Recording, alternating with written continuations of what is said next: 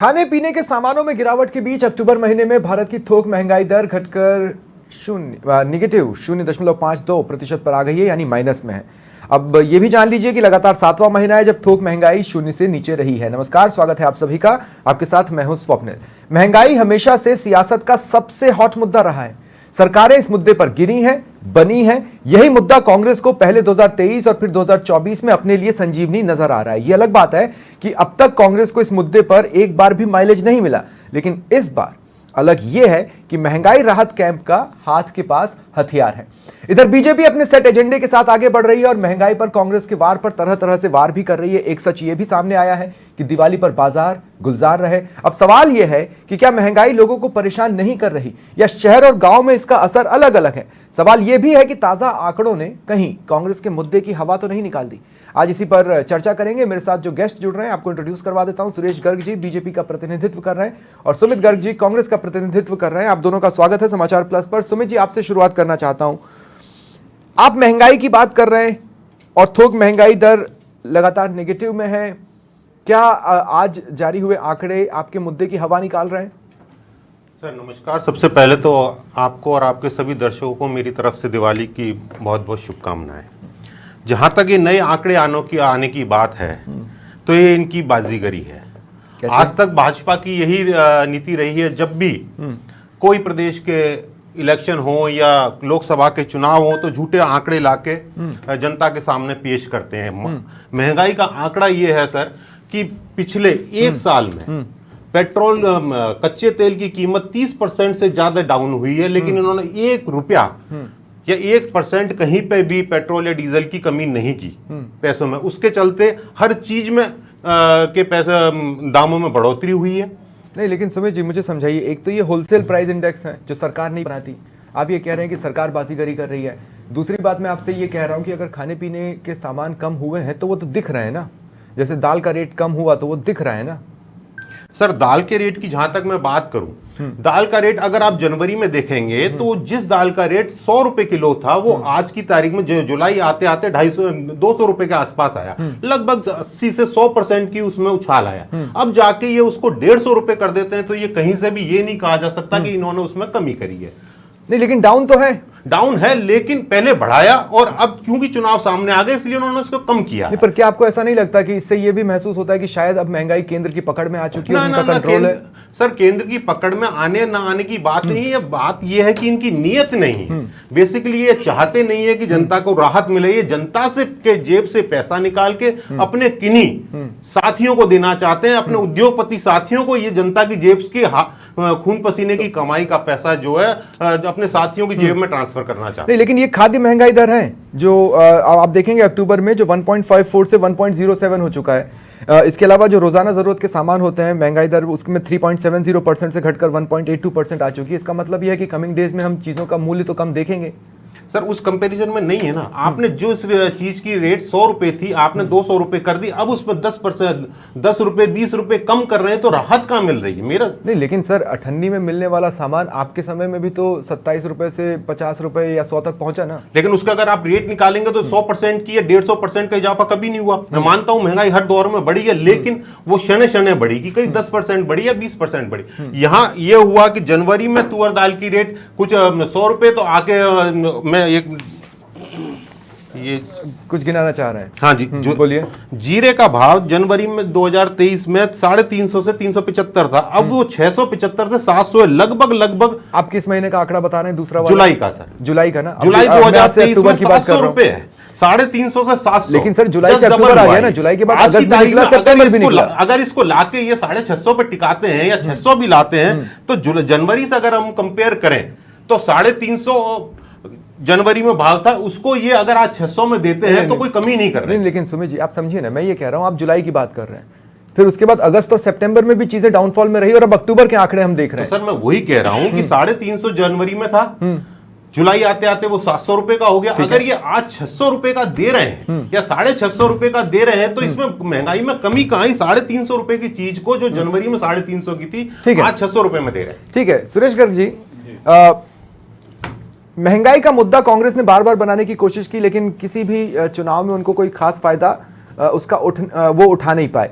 क्या ये आपके कॉन्फिडेंस को देता है कि इस मुद्दे पर तो हमें कोई लेना देना नहीं है, क्योंकि इस पर लोग वोट नहीं डाल रहे हैं? क्या ये आपको कॉन्फिडेंस देता है? क्योंकि महंगाई तो है, आप उसे डिफेंड नहीं कर सकते। नहीं, आप स्वप्निल जी कैसे कह रहे हो कि महंगाई दर आरबीआई ने एक निर्धारित कर रखी 2% से 6% के बीच में। आज महंगाई दर 4.87% के लगभग है, यानी कि जो बकेट एक आरबीआई ने डिसाइड कर रखा उसके अंदर है, और हम लगातार उसको कंट्रोल कर रहे हैं। और थोक महंगाई सूचकांक आपने देखा होगा -0.52% है, और लगातार महंगाई थोक मूल्य सूचकांक है वो लगातार नीचे आ रहा है। इसका मतलब है कि गवर्नमेंट उसमें महंगाई में कंट्रोल करती जा रही है। जहां तक कांग्रेस की बात है, कांग्रेस के नेता तथा नहीं तो उन्होंने जो महंगाई से राहत दी उसमें क्या कमी है? मैं जो कह रहा हूँ उसका, राहुल गांधी जी यहाँ आए थे, एक बहुत लंबी चौड़ी सभा का आयोजन करने की कोशिश की थी और जयपुर में विद्याधर नगर के अंदर आए थे। महंगाई के मुद्दे के अंदर उन्होंने वहां पे सभा थी, लेकिन महंगाई के मुद्दे पे न बोल के वो हिंदू और हिंदुत्व की परिभाषा में बोल के गए, यानी कि सनातन धर्म का अपमान करके चले गए, लेकिन महंगाई के बारे में कुछ भी नहीं बोल के। इसका मतलब है कि कांग्रेस को महंगाई से कोई लेना देना नहीं। लेकिन महंगाई राहत कैंप जो चल रहे हैं उसमें जो लोग रजिस्ट्रेशन करा रहे हैं, इसका मतलब ये है ना कि वो चाहते हैं ये भी बहुत अच्छी बात है, ये भी बहुत अच्छी बात बोली है कि महंगाई राहत कैंप राजस्थान में चल रहा है। फिर स्वर्णिम जी मुझे ये बता दीजिए कि जब केंद्र की सरकार की महंगाई दर जो हिंदुस्तान की महंगाई दर 4.87% आ जाती है या फिर 5.02 आ जाती है, तो राज्य की 6.5 या 9% क्यों आ जाती है? तब तो यहाँ पे महंगाई राहत कैंप अगर चल रहा है तो राजस्थान की महंगाई दर तो जो पूरे इंडिया की महंगाई दर है उससे नीचे आनी चाहिए ना। फिर क्यों आपके यहाँ पे 9.5%, 9.67% तक महंगाई दर राजस्थान की गई है? जब आप महंगाई राहत कैंप की बात कर रहे हो तो वो ऑटोमेटिक लेकिन सुरेश गर्ग राहत कैंप के नाम से सुरेश गर्ग जी केवल जनता को धोखा दिया है, लाइन में लगाने का प्रयास किया है जनता ने। मैं आ रहा हूँ सुमित जी, मैं आऊंगा, मेरे को एक सवाल और लेना है, फिर मैं आऊंगा। सुरेश गर्ग जी, मैं आपसे बहुत सिंपली एक बात कहना चाहता हूँ। हाल ही में हमने एक चैनल की डिबेट में देखा, आपकी केंद्रीय मंत्री किसी एक आइटम के दाम पर सवाल पूछे जाने पर भड़क गई। ठीक है, मैं आपसे ये कह रहा हूं कि क्या बीजेपी किसी भी चीज का दाम ज्यादा है ये बोलने पर भड़कती है? ये मैं आपसे क्यों पूछ रहा हूं, इस बात को समझिए आप। दाल आप भी खरीदते हैं, टमाटर आप भी खरीदते हैं, मैं भी खरीदता हूं, हमें नहीं पता क्या कि इसके दाम कितने हैं? मैं आपको कहना चाहता हूं भारतीय जनता पार्टी का इस तरह का कोई नहीं है। अब मैं बता रहा हूं, अभी कुछ दिनों में प्याज की कीमतें बढ़ी थी, भारत सरकार ने नेफेड के थ्रू 25 रुपए किलो प्याज में बेचे यहाँ पे राजस्थान में। क्यों नहीं कि राज्य सरकार बेच सकती थी? पर ये तो यूपीए में भी हुआ था। नहीं, ये तो यूपीए में भी हुआ था। राहत कैंप, महंगाई राहत कैंप के नाम से केवल छलावा कर रहे हैं, जनता को बेवकूफ। प्याज का आपने एग्जांपल उठाया, लेकिन मैं ये कह रहा हूं कि राजस्थान में गारंटी की बात ये करते हैं, ये 7 गारंटी की बात करते हैं। 7 गारंटी भैया, उन गारंटी में युवाओं के साथ रोजगार की गारंटी देने की बात करते हैं, पेपर लीक की गारंटी कर देते, महिलाओं के साथ अत्याचार की गारंटी कर देते तो अच्छा लगता। सुरेश गर्ग जी, आप भी जानते हैं तमाम मुद्दे आप मेरे साथ डिबेट्स में रहते हैं। मैं आप ही के पास आ रहा हूं, मैं सीधे आप ही के पास आ रहा हूं। मैं बस इतना कहना चाहता हूं सुरेश गर्ग जी, इतने समय से आप शाम को 5 बजे मेरे साथ डिबेट्स में जुड़ रहे हैं और कांग्रेस की गारंटियों पर, बेरोजगार वाला, पेपर लीक वाला सारा मसला मैंने उठाया हुआ है। हम उसको अभी महंगाई पर बात कर रहे हैं, तो आज मैं सिर्फ महंगाई पर बात करना चाहता हूं। मैं सिर्फ इतना कहना चाहता हूं कि जिस किसी घर का बजट, किचन का बजट जो 2500, 3000, 4000 में बन जाया करता था, वो आज नहीं बन रहा है, वो 7000 से 10,000 तक जा रहा है। और अगर उसके कोई शौक है तो वो अपना शौक रख भी नहीं सकता। इस बात को समझने की जरूरत है। आप प्रयास कर रहे होंगे, मैं कह रहा हूं युद्ध स्तर पर कर रहे होंगे, लेकिन उसका आंशिक फायदा ही अगर पहुंच पा रहा है तो ये भी एक तरह का फेलियर है। इसको स्वीकारना सीखिए सुरेश जी। आप एक चीज, चलो कोई बात नहीं कि जो 2000 का बजट है वो 6000 रुपए का बजट हो गया, लेकिन उनकी इनकम 45,000 से 95,000 रुपए की साल की हुई है। आप वो चीज मानना पड़ेगा। दूसरा कोई झूठे आंकड़े पेश कर रहे हैं, इससे कोई मतलब नहीं है, इस चीज का कोई आंकड़ा नहीं है। ठीक है, मैं आ रहा हूं, आज ऑटो इंडस्ट्री के अंदर बूम है या नहीं है? 20 से 40, 30% का कंपनियां बंद हो गई, कौन सी कंपनी बंद हो गई? कंपनियां तो राजस्थान में बंद हुई है। मैं आप ही के पास आ रहा हूं। राजस्थान में बंद हुई है। आपने भ्रष्टाचार का आलम इस तरह का कर दिया। राजस्थान में भ्रष्टाचार का आलम होने तो विदेशी कंपनियां बंद हो गई, हिंदुस्तानी कंपनियां तो बंद हुई है। विदेशी कंपनी बंद हो गई, अभी विदेशी कंपनियां बंद हो गई क्योंकि विदेशों में आपने कमीशन खाया। आपने विदेशों में कमीशन खाया, विदेशी कंपनियों में हमने विदेशी कंपनियां बंद कर दी।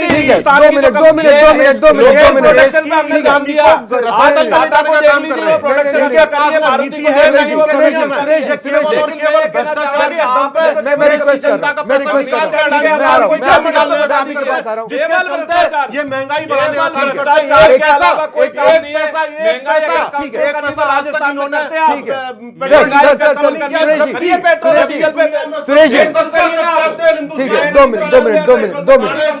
नहीं नहीं नहीं, ऐसा मत कीजिए सुरेश जी, सुरेश जी, सुरेश जी, मैं रिक्वेस्ट करता हूं, सुमित जी 2 मिनट, सुमित जी 2 मिनट, मैं आपसे रिक्वेस्ट करता हूं। देखिए, मैं सिर्फ इतना बताना चाहता हूं कि हम लोग भी काम करते हैं और हमारी भी पेमेंट को उस हिसाब से बढ़ी नहीं है जिस हिसाब से सुरेश गर्ग जी आपने कह दिया। लेकिन इसके बावजूद कांग्रेस से मैं ये सवाल लेना चाहता हूं। अब सुमित गर्ग जी, मुझे आप एक बात बताइए।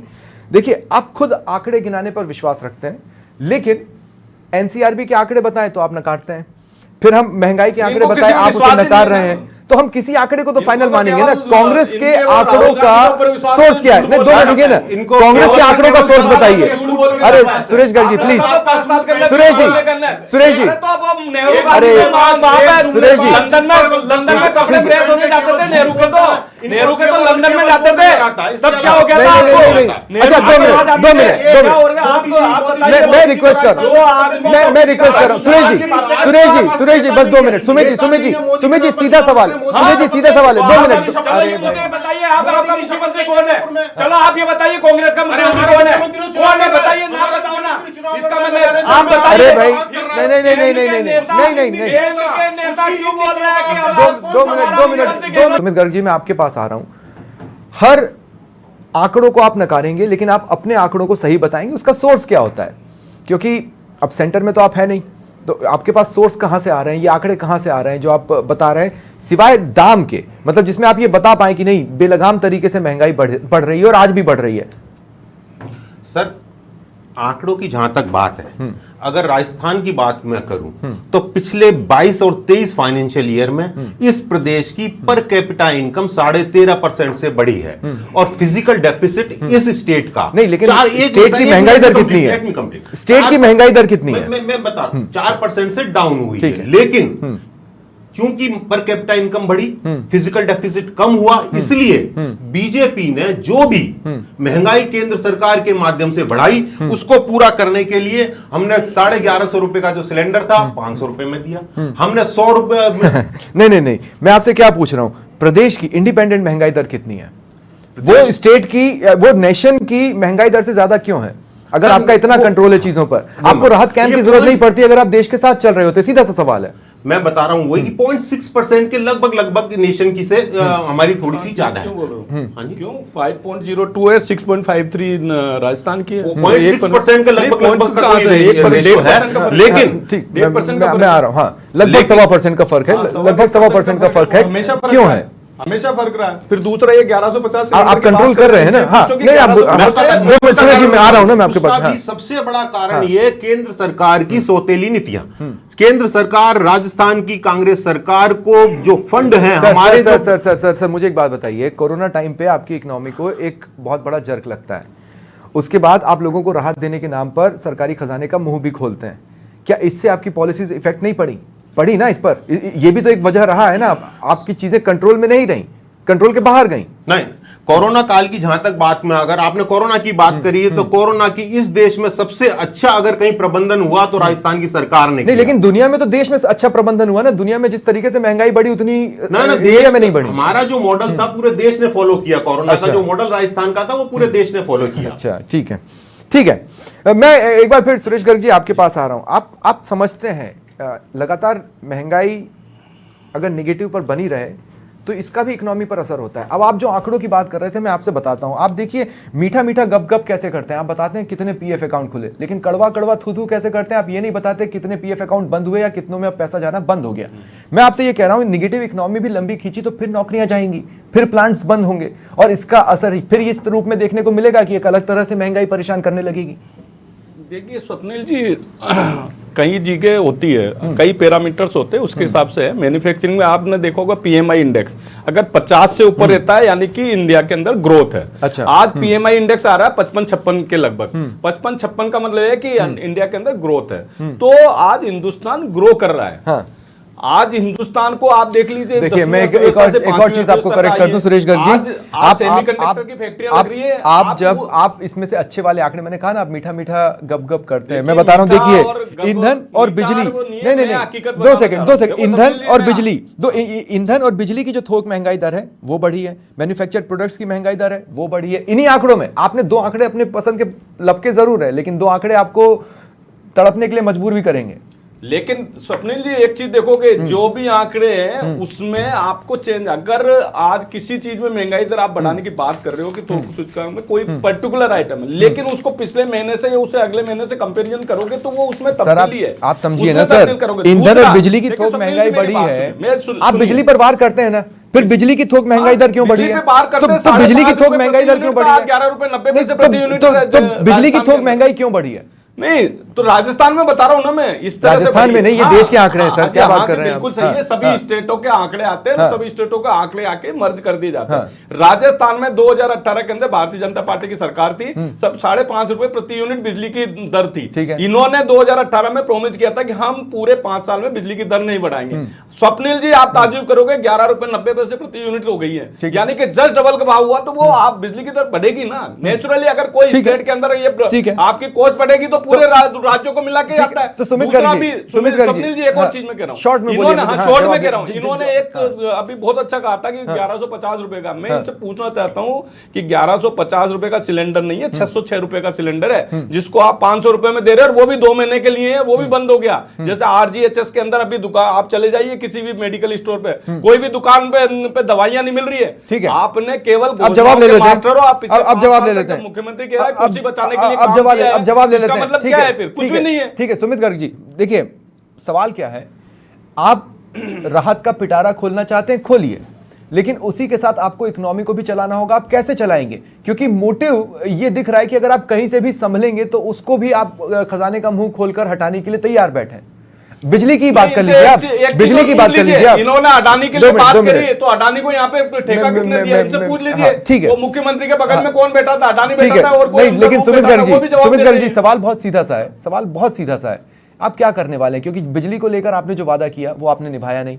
बिजली में आज आपने जब आप ये कह रहे हैं कि हम इतनी यूनिट माफ कर देंगे, उतनी यूनिट माफ करने के बाद जिस तरह का बिल आ रहा है वो आप इमेजिन कर रहे हैं, आप 2000-2500 के बिल आ रहे हैं। आज ही सब्सिडी देने के बाद में जो पहले की रेट है वो उससे ज्यादा बिजली का बिल आया। इन्होंने बोला इंडस्ट्री को लेकर, तो मैं बता दूं इस सरकार, केंद्र सरकार की नीतियों के चलते कंपनियां देश छोड़ के जा रही हैं, इन्वेस्टमेंट आ नहीं रहा। सर मैं आपके बीच में नहीं बोला, प्लीज 2 मिनट बोले जा रहे हो आप, तो झूठ के पिटारा हो सर। आप जवाब पे आ जाए, जवाब पे आ जाए, क्यों आपने इस बात कर, जवाब पे आ जाए। हाँ, इस केंद्र सरकार की नीतियों के चलते देश में से अगर इंडस्ट्रीज का इतिहास में सबसे ज्यादा पलायन हुआ तो पिछले 5 से 6 साल में। पर आप तो ये कह रहे हैं उद्योगपतियों की सरकार है, अगर उद्योगपति की सरकार है तो उद्योग जा कैसे रहे? वही तो कह, बात यही आ रही है कि 2 उद्योगपतियों को, 3 उद्योगपतियों को, सेलेक्टेड उद्योगपतियों को फायदा देने के लिए पूरी इकोनॉमी को डंप में ले जाया जा रहा है। इसका प्रमाण है सर, तर्क कैसे बैठ रहा है? मैं बता रहा हूं, अगर कोई उद्योगों के लिए काम कर रहा है तो दुनिया की सबसे बड़ी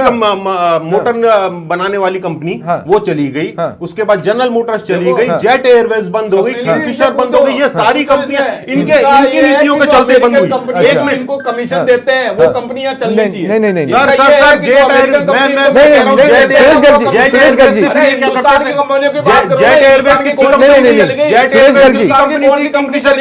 नहीं, उतनी बड़ी कंपनियों में जाने की जरूरत ही नहीं, उतनी बड़ी कंपनियों में जाने की जरूरत ही नहीं। मैं बता रहा हूँ सुमित गर्ग जी,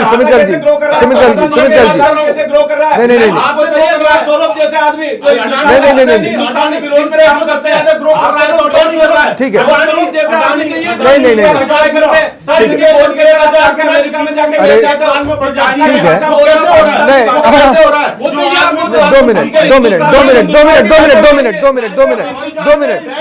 दो मिनट, ठीक है। सुमित गर्ग जी 2 मिनट। सुरेश गर्ग जी सीधा सवाल ले लीजिए मेरे से, ठीक है? सुमित गर्ग जी 2 मिनट। सुरेश गर्ग जी सीधा सवाल आप मेरे से लीजिए। मैं आपसे ये कह रहा हूं नोटबंदी से आपको जितनी अपेक्षाएं थी वो पूरी नहीं हुई। क्यों नहीं हुई? जीएसटी आप भी जानते हैं सर, सर, आप भी जानते हैं, आप भी बहुत अच्छे से जानते हैं। आपने एक, अब मैं बता रहा हूं, आपने एक ऐसी ऐतिहासिक जीएसटी को लागू किया जिसमें 50 से ज्यादा बार तो आप खुद ही सुधार कर चुके नहीं हैं। तो वो तो अमेंडमेंट तो एक सुनते रहिए, प्रोसेस सर, का इनको परिणाम पता ही है। नहीं चलना कहाँ है, कितना जल्दी, सबने लिए। 2 मिनट, मेरी बात सुनिए, मेरी बात सुनिए, मैं बता रहा हूं। केंद्र सरकार की नीति के हिसाब से बिल्कुल सक्सेसफुल है हमारी। हो सकता है, नोटबंदी भी successful ठीक है, है। नहीं, लेकिन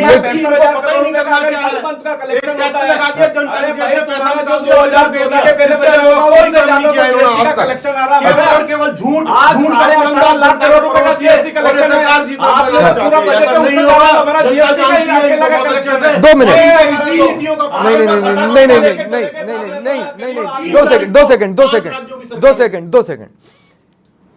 प्रधानमंत्री मोदी हाल ही में एक बड़ी जनसभा में ये बताते हैं कि महंगाई हमारे लिए चैलेंज है और हम उस पर खरा उतरने की कोशिश कर रहे हैं, लेकिन प्रधानमंत्री मोदी साथ ही ये भी बताते हैं कि कोरोना की वजह से जो सेटबैक आया उसमें दुनिया के सामने इंडिया कहां स्टैंड कर रहा था और उसके लिहाज से सारी चीजें ठीक नजर आती हैं, लेकिन इसके बाद भी महंगाई को एड्रेस करना, क्या सुरेश गर्ग जी ये नहीं बताता कि एक बहुत बड़ा चैलेंज है जिसे आज भी आप जूझ रहे हैं 2014 से, जबकि आपने 2014 में कह दिया था कि महंगाई खत्म कर देंगे। 9 साल हो गए, आप खत्म नहीं कर पाए। स्वप्निल जी, ये मोदी जी है जो चैलेंज लेते हैं, उस चैलेंज को एक्सेप्ट करते हैं, लेकिन 9 साल हो गए। महंगाई दर को कंट्रोल कर रखा है। पूरे विश्व को कंपैरिजन कर लीजिए, विश्व से कंपैरिजन कर लीजिए। नहीं, चलिए अब यहाँ से डिबेट डिरेल हो जाएगी, आप भी जानते हैं, मैं भी जानता हूँ। महंगाई मुद्दा रखता है कि नहीं जीत हार का मादा, ये आपको तय करना है। फिलहाल इतना ही, नमस्कार।